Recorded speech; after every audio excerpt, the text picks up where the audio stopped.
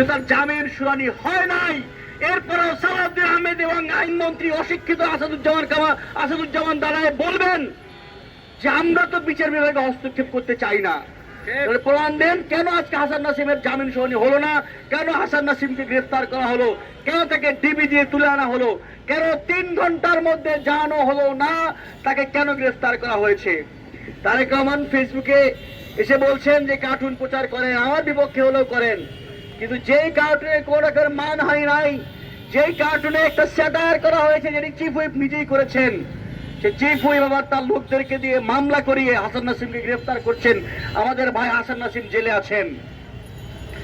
যেই সংসদে দাঁড়িয়ে আপনারা বড় বড় কথা বলেন, যেই সংসদে দাঁড়িয়ে নুরুল ইসলাম মনি চিফ হুইপ হয়েছেন, মনে রাখবেন ওই সংসদ জনগণ দখল করেছিল বলেই আজকে চিফ হুইপ আপনি।